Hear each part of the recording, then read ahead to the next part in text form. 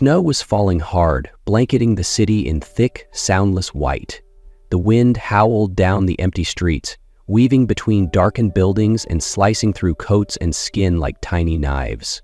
Streetlights flickered in the haze, casting dim halos over sidewalks that no one walked anymore. Not tonight. Not in this bitter cold. In a forgotten corner of the old bus terminal, Lena Harper sat hunched on a wooden bench, her arms wrapped tightly around her chest as if she could trap the last remnants of warmth. Her coat, once sleek and new when she had bought it with her first paycheck as a veterinarian, was now frayed, damp, and nearly useless. The soaked fabric clung to her shoulders, offering little more than a false sense of comfort. Lena was only 30, but she looked older under the harsh glow of the terminal light. Her once bright hazel eyes had dulled, her cheeks hollowed, lips chapped and trembling from the cold. She stared down at her cracked shoes, wet, muddy, and long past repair, and forced herself not to cry.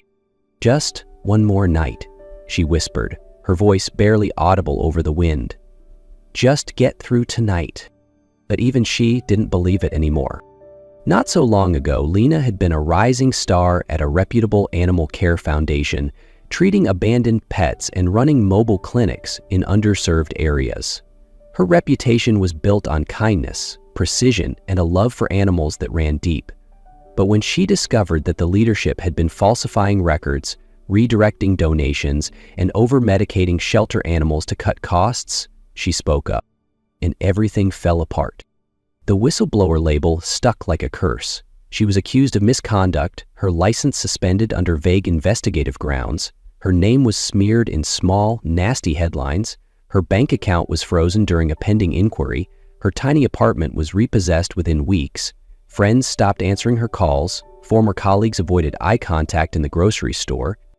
She didn't blame them. Fear was louder than loyalty. Now, sitting in this frozen terminal, Lena felt like a ghost the world had forgotten. Her fingers ached. Her breath escaped in fragile clouds.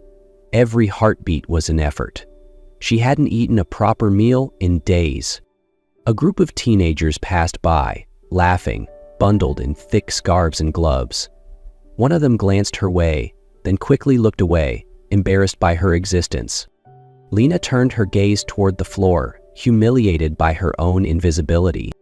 The world had moved on, but she hadn't. She was stuck, frozen in time, frozen in place. And for the first time since everything collapsed, Lena felt afraid.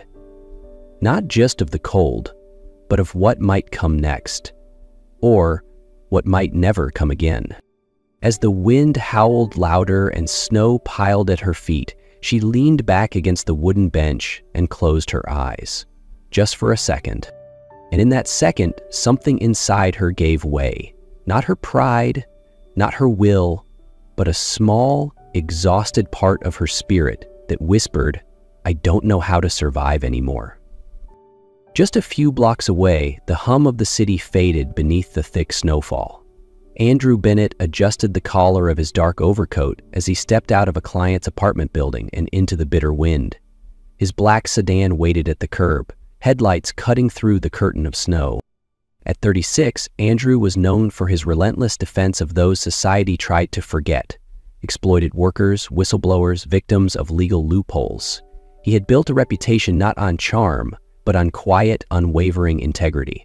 Tonight, his mind was still tangled in the details of a case involving a migrant worker injured on the job and denied basic compensation. As he slipped into the driver's seat, the heater buzzed to life, chasing away the cold with slow persistence. His hands were still cold when he gripped the wheel. He took a long breath and pulled into traffic. It was nearly midnight. The city had all but shut down under the weight of the storm. His tires hissed over the wet asphalt, passing shuttered storefronts and dimmed street lamps. And then he saw her. At first, just a blurred figure in the corner of his vision, a woman hunched on a bench at the edge of an old bus terminal. She was barely more than a shadow wrapped in a thin coat, motionless, like part of the scenery. But something in her posture caught him, a kind of stillness that didn't feel like rest. Andrew slowed the car and rolled to a stop near the sidewalk. He leaned slightly toward the passenger window, squinting through the snow. She didn't look like most of the unhoused people he occasionally passed on late-night drives. Even soaked, even broken down, there was something about her that felt recent. Like someone who hadn't been out here long, someone who had fallen suddenly and hard. He hesitated. He had court early the next morning, a stack of paperwork waiting on his desk, and yet something wouldn't let him drive on. He turned off the ignition, the warmth of the car quickly fading, and stepped into the storm. His shoes crunched through the snow as he approached the bench with measured steps, careful not to move too fast. He didn't want to frighten her.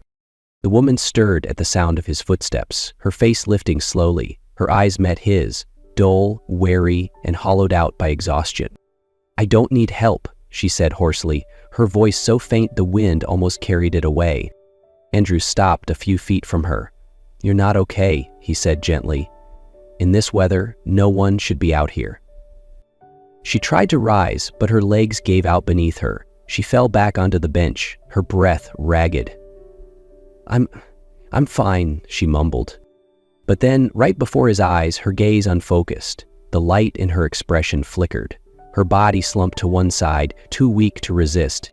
Andrew moved without thinking. He lunged forward, catching her just before she hit the ground. Her skin was ice cold, her breath shallow. She was still alive, but barely. "Hang in there," he murmured, lifting her carefully into his arms. Her weight startled him, not because she was heavy, but because she was so light, like the snow itself had drained her of everything. He carried her to the car, placed her gently in the back seat, and cranked the heat to full. His eyes flicked to her pale face in the rearview mirror. He didn't know her name. He didn't know what had brought her to that bench on a night like this. But he knew one thing. He wasn't going to leave her out there to die.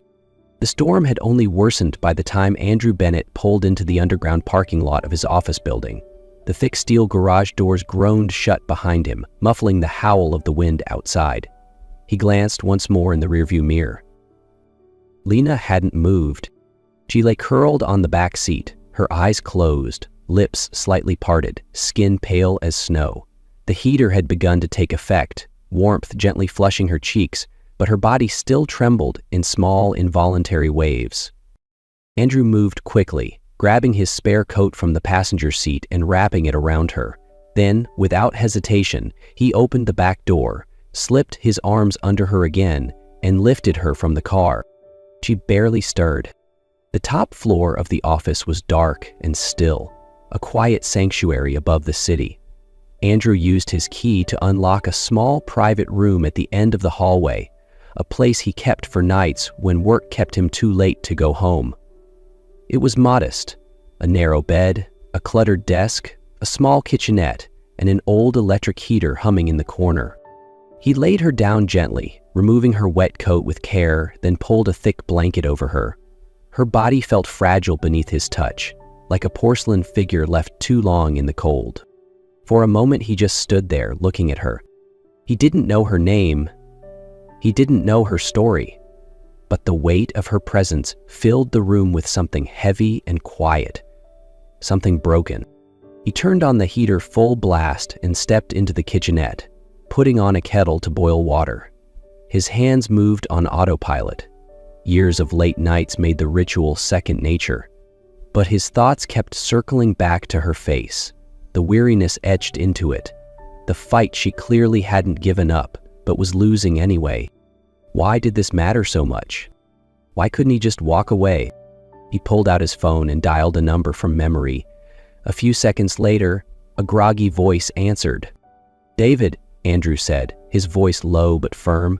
"Sorry to wake you. I need you to come to my office, now. There's someone who might be hypothermic. She needs to be checked." 20 minutes later, the door opened, and Dr. David Lynn, his longtime physician friend, stepped inside carrying a medical bag. He was in his 50s, salt and pepper hair disheveled, but his eyes alert. He knelt beside the bed, checking Lena's pulse and temperature with quick, practiced movements. "She's cold," David murmured, "but not critical. Mild hypothermia. She needs rest, warm fluids, and calories. She'll be okay. Andrew exhaled slowly, relief settling over his shoulders like a blanket.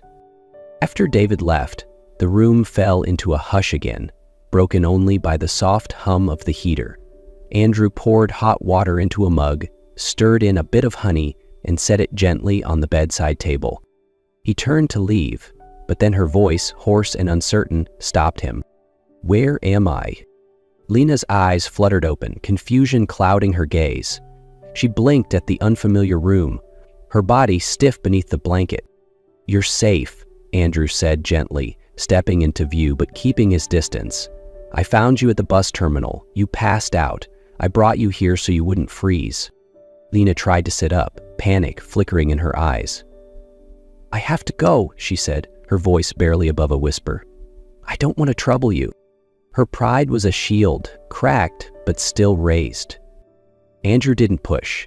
He only set the mug down and said softly, "No one's pitying you. You're not a burden. Just stay tonight. Warm up. I'll be in the room next door if you need anything." He turned to go, but before leaving, he glanced back once and saw her sitting there, wrapped in a stranger's blanket, holding herself together by the thinnest thread. Morning came slowly. Pale sunlight slipped through the thin curtains, casting narrow beams across the wooden floor. The electric heater had gone quiet during the night, but the lingering warmth still hung in the room, like the echo of a whispered promise. Lena Harper stirred beneath the blanket.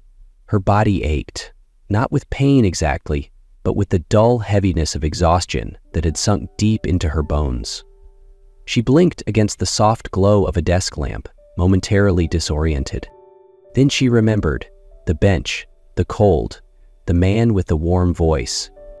She sat up quickly, her heart kicking against her ribs. The room was still unfamiliar, but quiet. Safe. She glanced down at herself. Her coat, dry now, had been placed over a chair nearby. A mug of tea, untouched, sat on the table beside the bed. And folded neatly on the desk was a gray business card. Andrew Bennett, attorney at law. Her fingers hovered over the card for a moment before she tucked it into her pocket without a word. She didn't want to owe anyone anything. She stood slowly, testing her weight on unsteady legs. Though weak, she was stronger than she had been the night before. She folded the blanket, tidied the small space as if she'd never been there, and walked to the door. But when she opened it, Andrew was already there, holding 2 paper cups of coffee and a small paper bag. "I figured you might be up," he said, offering her one of the cups. "And I figured you might not want to talk, which is fine. But I also thought maybe you hadn't eaten." Lena hesitated. Her pride flared again, but her stomach betrayed her with a soft, aching growl. She accepted the cup without looking him in the eyes. They sat together in silence on a small bench in the hallway. Snow tapped softly at the windows. The warm air from the heater brushed over their shoulders, but between them, there was something colder. Uncertainty, maybe, or pride. After a while, Andrew spoke again. "You were wearing a name badge," he said, carefully. "It fell out of your coat pocket last night. Said, Dr. Lena Harper, DVM. I assumed that meant veterinarian?" She flinched slightly. "That was a long time ago." He didn't push. "Still true, though." She let out a small breath, half a laugh, half a sigh. "Depends who you ask." "I'm asking you." Lena stared down into her cup. "I was a vet. Then I made the mistake of speaking up." Andrew waited, letting her continue if she chose to. They were over-prescribing medication to cut costs, sedating shelter animals to keep them quiet during inspections. I reported it. They made sure no one would believe me. There it was, raw, bitter, but spoken aloud. For a moment, she hated herself for telling him. She didn't owe him her story, but Andrew simply nodded, not with pity, but with something steadier, respect. After a few minutes, he finally spoke. "I know someone," he said, his tone careful. "A friend runs a community pet clinic. They're always understaffed. It's not much, part-time, and barely pays, but they help stray animals and low-income pet owners. You don't need to commit, just meet them." Lena stared at her coffee cup. The offer dangled in the air like a lifeline, and a challenge. "I'm not what I used to be," she murmured. "I don't care what you were," Andrew replied. "I care about who you still are." His words landed like something warm and unwanted in her chest. She wanted to believe him, but doubt had grown roots in her long ago. Still, that afternoon, she found herself standing outside a squat building tucked between a laundromat and an old bakery. The hand-painted sign read, "Second Chance Animal Aid." The clinic was humble. Walls covered in faded posters of adoption events, the smell of antiseptic mixed with wet fur. A few volunteers in mismatched scrubs hustled from room to room, calming barking dogs and nervous cats. The director, a kind-faced woman named Marisol, greeted her with a gentle handshake and no questions about her past. "We could use the help," Marisol said simply. "The animals don't care what your resume says." Lena nodded, unsure whether to laugh or cry. She spent the next few hours shadowing a young vet tech, helping clean cages, checking on recovering animals, and prepping supplies. It was chaos. Messy, unpolished, and nothing like the sterile, high-tech world she had once worked in. But when a small terrier with a stitched paw licked her hand without fear, something shifted in her. For the first time in what felt like forever, she felt like she mattered again. Even just a little. Days passed, though Lena couldn't quite tell how many. They blended together in soft hues of gray and quiet repetition. Mornings at the clinic were filled with barking, spilled kibble, and the gentle clink of metal bowls. Afternoons faded into checkups, vaccinations, and calming nervous pets with soft whispers. There were no marble floors or surgical theaters here, just old plastic tables, scratched exam lights, and a fridge that hummed too loud. But there was life. It existed in the gentle purr of a rescued tabby sleeping on her lap, in the way an old golden retriever wagged its tail despite a limp, and in the quiet gratitude of pet owners who thanked her with tired eyes and weathered hands. And somehow, in that imperfect place, Lena started breathing again. She still didn't talk much. She kept her past buried in silence, wore it like a bruise under her coat. But her eyes grew a little steadier. Her hands stopped shaking when she held a stethoscope. She found herself humming once, softly, under her breath, as she bandaged a kitten's paw. Marisol noticed. "You have a calm touch," she said one evening as they cleaned exam tables side by side, "like someone who's done this before." Lena offered only a faint smile. "I have." Andrew visited the clinic from time to time, never uninvited, never staying too long. Sometimes he brought coffee, other times a box of pastries from the bakery across the street. He'd hand them off with a simple, "I was nearby," and stand awkwardly for a moment before heading out. But Lena noticed he always left something behind. An unopened pack of gloves, a new set of pet thermometers, a fresh leash coiled neatly on the counter. Silent donations, thoughtful ones. She told herself not to rely on his presence, that he was just being kind, that he did this for people, because that's who he was.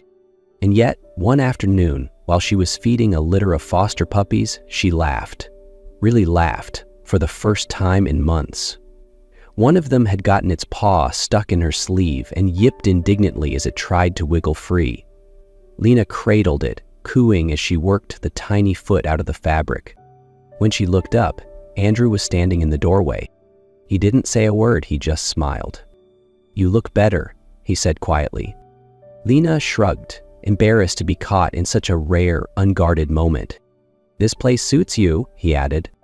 She didn't answer, but deep down, she knew he was right. It wasn't the sleek foundation building with glass walls and endless grants, but it was real. It was honest, and it didn't demand her silence in exchange for a paycheck. The animals didn't judge her. The people didn't ask questions she wasn't ready to answer. Here, she was just Lena. And for the first time in a long time, that felt like enough. That night, as she walked back to the small room Andrew had arranged for her at the office building, snow began to fall again. But this time, it didn't feel threatening. It felt gentle, like the world wasn't punishing her anymore, just reminding her how quiet beauty could be. She stopped under a streetlight, tilted her face up, and let the snow kiss her cheeks. Something inside her, small and timid, began to glow. Not hope, not yet, but maybe. The memory of it. The light in Andrew's office was dim, golden from the old desk lamp that always burned late into the night. Papers covered every surface. Legal briefs, case notes, photos, reports, and now a fresh stack of veterinary medical records spread between him and Lena. She sat on the other side of his desk, her hair pulled back, her coat still smelling faintly of antiseptic from the clinic. Her expression was quiet but focused, her fingers tracing a line of dosage inconsistencies highlighted in red ink. "These aren't just mistakes," she said, her voice low. "Someone changed these intentionally. The same lot number shows up again and again, on pets that died too soon or reacted violently. This is systematic." Andrew nodded, his jaw tight. "It matches the evidence from the supplier. Counterfeit medication, cheaper, unapproved, and dangerous." He leaned forward, his voice steady but edged with urgency. "I want you to be the medical expert on this case. You're the only one who can explain this in court, what it means, how it hurts." Lena's breath caught. She looked down at the reports, at the familiar language of dosages and diagnostics and recovery charts. Once, this was her world. Once, she could stand in a room and speak with certainty about what was right, what was true. But now she was still rebuilding, still haunted by how quickly her name had been torn apart the last time she spoke up. She raised her eyes, uncertainty flickering in them. "Are you sure you want me? My record's not clean. They'll tear it apart, use my past to discredit everything." Andrew didn't flinch. "Let them try. I don't care about your record, Lena. I care about the truth, and I trust you to tell it." His words settled into the air like weight and warmth all at once. He wasn't offering her pity. He wasn't trying to fix her. He was asking her to stand beside him, not as someone broken, but as someone capable. Someone needed. Lena stared at the folder in her hands. Not from fear, but from something older, deeper. A flicker of the woman she used to be, the one who had once refused to stay silent, the one who had believed that doing the right thing mattered, even when it hurt. "I'll do it," she said quietly. "But I need to go through every file myself. I need to be certain." Andrew smiled just slightly, but it changed his whole face. "You'll have everything you need." The days that followed blurred into long hours and quiet intensity. They worked side by side, their conversations turning from cautious to fluid. Lena pored over medical charts, cross-referencing symptoms and batch codes, while Andrew built the legal structure around her findings. They spent late nights reviewing affidavits over takeout containers and lukewarm coffee. Sometimes they sat in silence, absorbed in their work, the soft hum of a jazz playlist in the background. Other times they laughed, soft, surprised bursts, over shared stories from old jobs and long nights. It was strange, Lena thought once, how easily this rhythm formed, as if her life had been waiting for a second chance, not just in medicine, but in connection. One evening, as she explained the metabolic chain reaction of a certain drug to him, Andrew watched her, not just listening, but seeing her. "You're really good at this," he said. Lena blinked.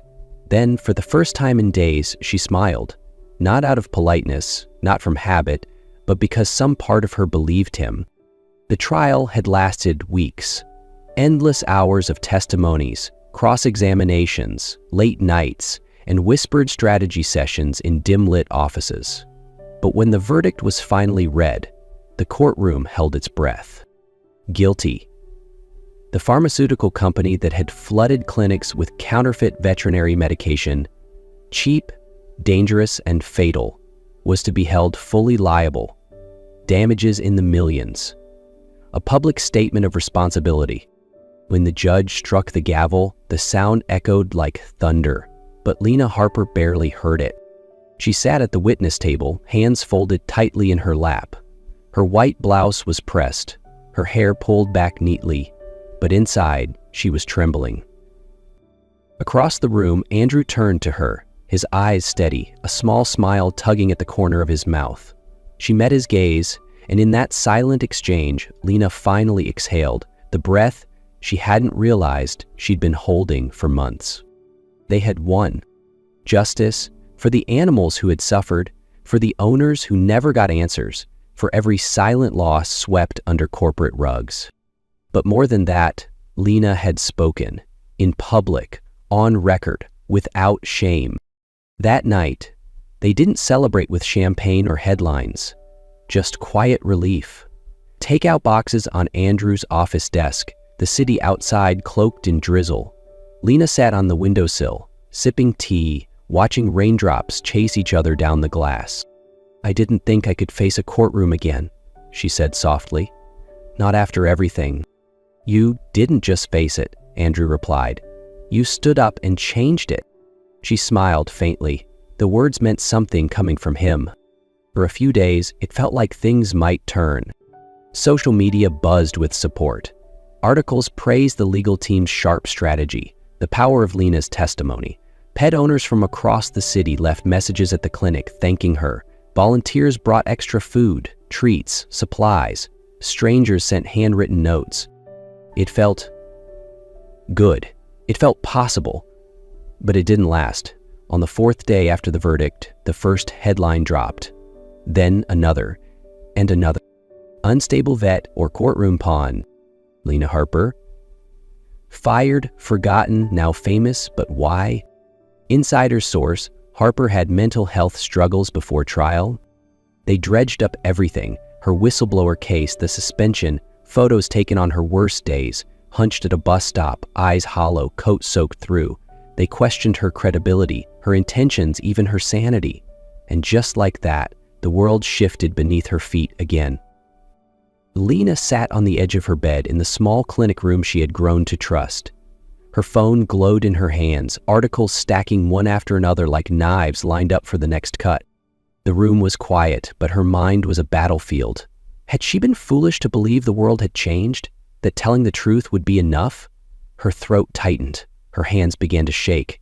That old sinking weight returned, heavier now because she had dared to hope. A soft knock echoed through the door. She didn't answer. Moments later, it creaked open anyway. Andrew stepped in slowly, his coat wet from the rain, his expression unreadable at first, until he saw her. Then it softened into something closer to pain. "I saw it," he said quietly. "The articles." Lena turned away, ashamed. "I thought I could handle this," she murmured, "but I can't. I can't do this again." She didn't cry, not yet, but she was unraveling, thread by thread.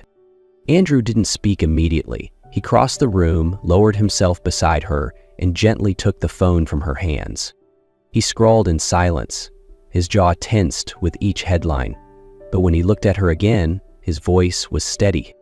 "They're loud, Lena, but they're not right." And with those quiet words, he pulled her gently into his arms. She resisted for a heartbeat, still afraid to need anything. But then she gave in, her face buried in his chest, as the storm raged on outside. Andrew held her like an anchor, like the one true thing in a world that refused to be kind. "You're not alone," he whispered. "Not anymore." The next morning, the rain had cleared, but the air still carried the chill of what had passed. Lena stood in front of the mirror in her small room above the clinic, staring at her reflection like she was trying to remember who she used to be. Her face was pale, her eyes rimmed with fatigue. But beneath the exhaustion, there was something else. Something harder, sharper.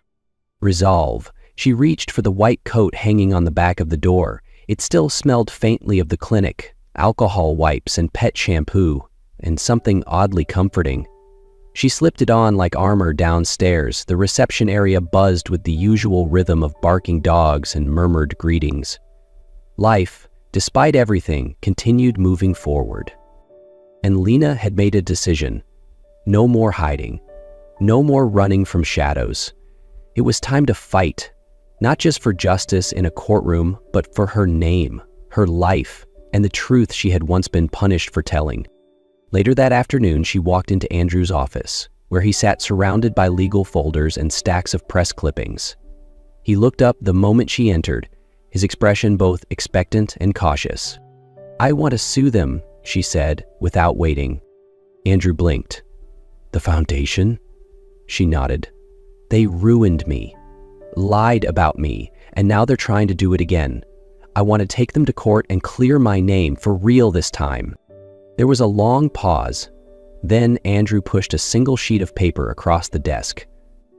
"Already started the paperwork," he said quietly. "I was just waiting for you to say the word."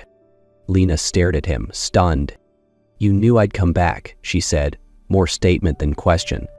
"I hoped," Andrew replied, "but I also knew you had to want it for yourself." Something tightened in her chest, but this time it wasn't fear, it was gratitude and belief. For the first time in so long, she felt like she wasn't the only one fighting for her. As news of the new lawsuit spread, so did the media pressure. Reporters began showing up outside the community clinic. Photos of Lena surfaced again, this time framed in fresh controversy. Headlines swung wildly. "Fired vet takes legal aim at former employer." "Unstable or brave? The Lena Harper lawsuit divides opinions." Andrew advised her not to read the articles. She tried, but some nights, alone in the quiet of her room, she couldn't help but scroll through the comments. Many cruel, some confused, a few kind. On morning, on her way out of the clinic, a reporter stepped directly into her path. "Miss Harper," he called out, microphone in hand, "do you think the public should trust someone who once lived on the street? Someone fired for mental instability?" Lena froze. Her fingers tightened around her bag, the familiar flood of shame and fear crawling up her spine. But then she heard a different voice. Calm, strong. "Move aside." Andrew appeared at her side, his expression stone cold. He stepped between her and the camera, shielding her from the lens. "Dr. Harper doesn't owe you an explanation, but if you'd like to discuss slander laws, I'd be happy to educate you on record." The reporter backed off, clearly rattled. Summer sunlight poured over the city like honey, thick, golden, warm. The Second Chance Animal Aid Center looked different now. Freshly painted walls gleamed white in the morning light. The peeling sign had been replaced with new lettering, etched in brushed silver above the glass door. Inside, the smell of antiseptic still lingered, but it now blended with the comforting scent of clean linen and warm air. The front desk buzzed with quiet movement. Volunteers in clean scrubs greeted visitors with smiles. Children sat in the new reading corner, petting therapy dogs. Laughter filtered through the exam rooms, soft and human and alive. And at the center of it all stood Dr. Lena Harper. Her white coat was crisp and clean. The ID badge clipped neatly to her pocket now, reading Director, Veterinary Services. Her hair was pulled back in a simple bun, a few loose strands curling around her face. Her eyes, once hollow and wary, now shone with purpose. She moved through the halls with calm confidence, checking charts, gently adjusting an IV line for a recovering greyhound, offering quiet praise to a new vet tech. Patients greeted her by name. Pet owners thanked her with genuine gratitude. She had built something here. Not perfect, not polished, but real. This place wasn't a fallback anymore. It was a choice, a life, a home. People in the neighborhood had started calling her the vet who listens, the kind who kneels to the level of frightened animals and doesn't rush through grief or fear. Her story had spread, sometimes whispered, sometimes written, in local papers, as a tale of quiet resilience. Outside the center, in a modest office just across the street, Andrew Bennett was also writing a new chapter. After the lawsuit ended, with Lena's name cleared and her license fully restored, he had left his old firm and founded his own practice, Bennett Legal Advocacy. It focused on representing whistleblowers, low-income families, and underrepresented communities. People like Lena had once been. His office was modest but bright, with floor-to-ceiling windows and shelves filled with books on ethics and justice. Clients came in every day, scared and exhausted, and left a little taller after speaking with him. But no matter how busy, he always found time to stop by the clinic. Sometimes it was just a quick coffee drop-off. Other times, he lingered by the front desk to chat with Lena, his eyes soft, his voice lower than usual. The staff had started to notice, of course, but they never asked. The way he looked at her spoke for itself. On the day of the clinic's anniversary and the opening of a new free treatment wing, the sun was brilliant, the air thick with flowers and gratitude. Lena stood on a small stage, wearing a simple blue dress instead of her usual coat. Her voice carried gently through the courtyard. This center is more than just a place to treat animals. It's a place for second chances. For them, for us, for anyone who's ever felt lost. We don't just heal bodies here. We restore hope. Applause rose like a wave, soft and steady. And when the crowd quieted again, Andrew stepped forward. He didn't speak at first. He just looked at her. Really looked. And then reached into his pocket. The box was small, velvet, and trembling slightly in his hand. "I didn't plan to do this here," he said, voice quiet but unwavering. "But maybe that's the point. Everything good that's come into my life since the night I met you was unplanned." He lowered to one knee. "Lena Harper, will you marry me?" The courtyard held its breath. Lena stared at him, her hand over her mouth, eyes shining with emotion too big to name. And then, quietly, she nodded. "Yes, Andrew."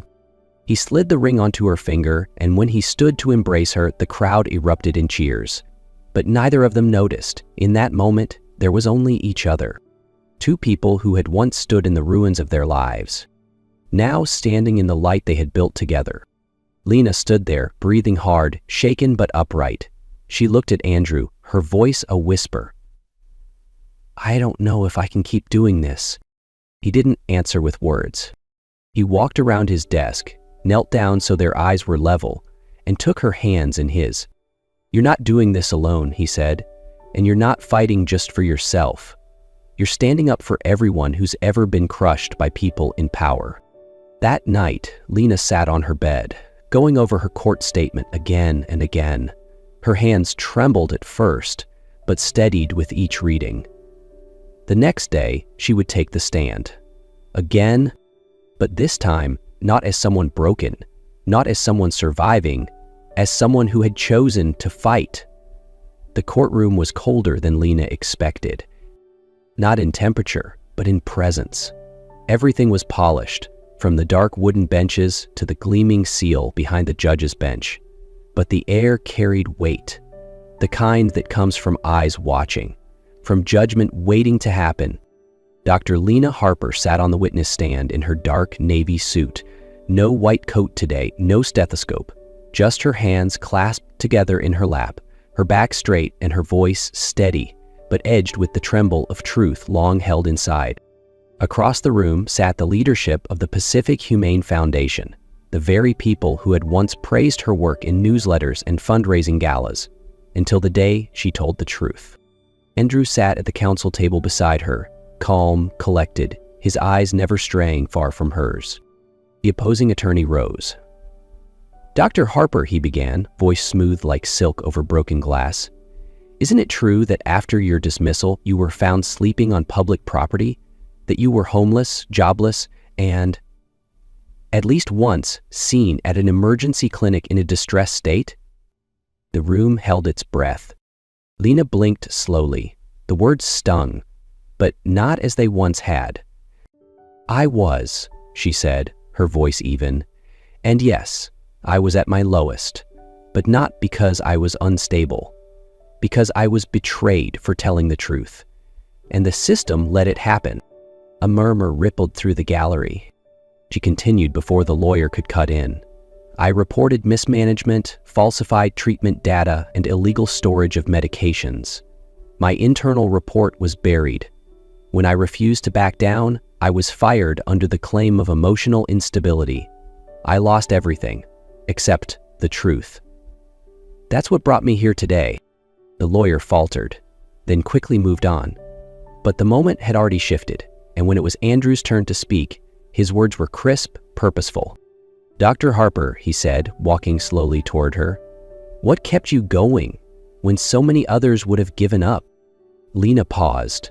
The courtroom blurred for a second, replaced by the memory of snow falling on her hands, the ache of an empty stomach, the way Andrew had looked at her that night, like she mattered. Honestly, she said, I didn't know I had anything left inside me, but someone showed me that one voice, even if it's shaking, can still speak truth, and that sometimes what breaks you also remakes you. Her words didn't need to be dramatic, they just needed to be real. By the time she stepped down from the stand, she felt lighter. Not victorious, not yet, but no longer afraid.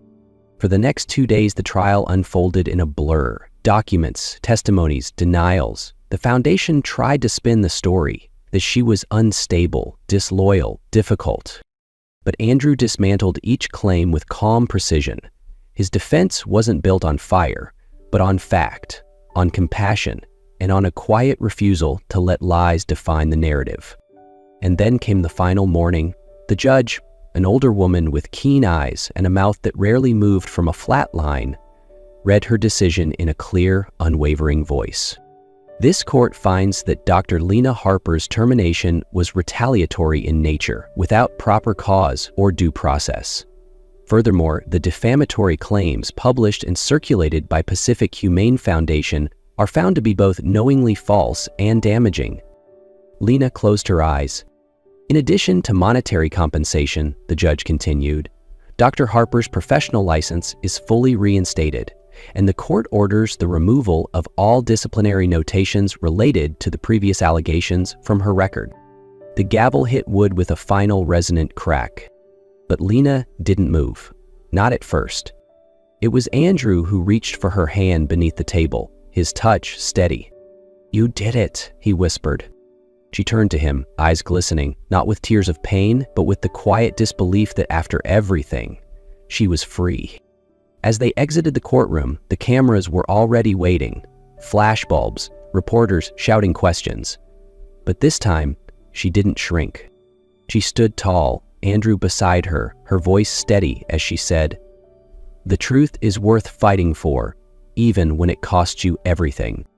And for the first time in years, Lena Harper didn't feel like she was surviving. She felt like she had won. Not just the case, but herself. The next morning, the city woke slowly under a soft golden sky.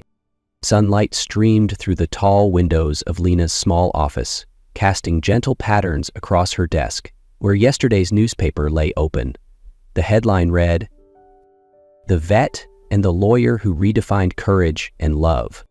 Below it, a photo. Andrew on one knee, Lena's hand covering her mouth, joy and disbelief frozen forever in a frame of light.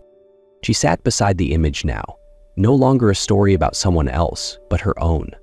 Her fingers brushed over the print, then drifted to the silver ring on her hand. Simple, elegant, hers. Across the room, Andrew leaned against the doorframe, a coffee in one hand, a quiet smile in the other. "Still trying to believe it's real?" he asked. Lena looked up at him, eyes still soft with wonder. "Not trying," she whispered, "just letting it sink in." They didn't need to speak much. The silence between them was full of everything they'd survived, everything they'd built, and everything waiting just ahead. Outside, the clinic began to stir. A child laughed, a dog barked once. The new wing's doors opened for the first official patients. Free care for pets of those who couldn't afford it otherwise. That had been Lena's dream. Now, it was reality. Andrew walked over, placed the coffee on her desk, and gently kissed the top of her head. "You're still the bravest person I know," he said. Lena reached up, catching his hand in hers. "We both know that's not true." But he only smiled, leaning down until their foreheads touched.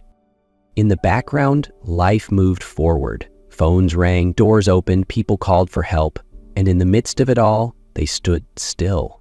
Two souls who had once been strangers in a snowstorm, now tethered by something far stronger than circumstance.